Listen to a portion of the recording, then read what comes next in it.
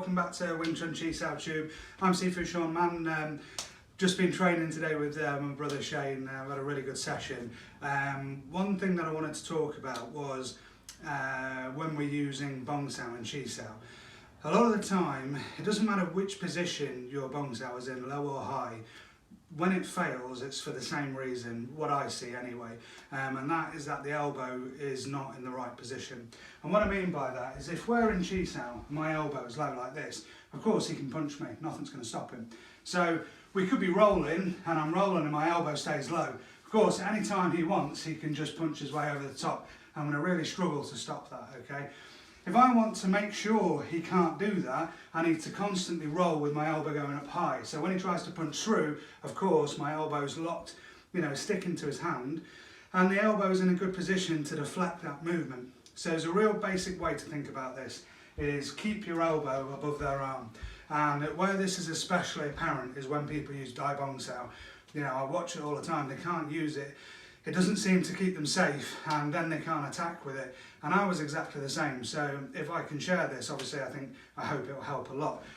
So exactly the same thing is I want to keep my elbow higher than their arm, or higher than their hand if I can. And if we're rolling and we end up in this Dai Bong position, I could be here, let's say we end up here. If I go like this with my bottom arm, my elbow's low, okay, it doesn't really stop his arm. If I take this one away, he's free to move his arm. He can do whatever he wants with it, okay? If I bend my elbow and keep this bend in my arm here, make sure I'm connected with him here, already, even if I take my arm away and he moves his arm, he's going to have a much harder time with it because I'm stuck to him, okay? And if he tries to move straight into me, I've got something there protecting me, okay? The last bit is having that elbow above his arm, especially in Dai Bong Sau, actually putting it physically on top of his arm. So if you notice yourself in a Kwun Sau or in a Dai Bong Sau position, it's okay to step or lean or do whatever you have to do to not only make sure your elbow's above their arm, but actually, on top of, and then you can start to use the Dai Bong Sau to attack as well.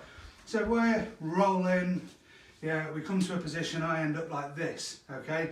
All I have to do is I just move slightly to put my elbow in a good position on top of his arm, and then from this position here I can already attack.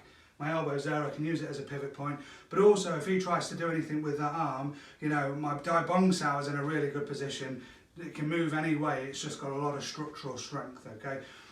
So again, I've just got to keep the elbow above his arm, and whenever I find myself in this type of position here, you see my elbow is right in, well above his arm, this hand is free to move straight away, okay? Or I can move with this one, because I know that his other arm has been taken care of, because this is above, literally trapping it. So the only way he could get out of it is if he physically goes round, whatever movement he wants to do, he's going to have to go around the outside of that elbow.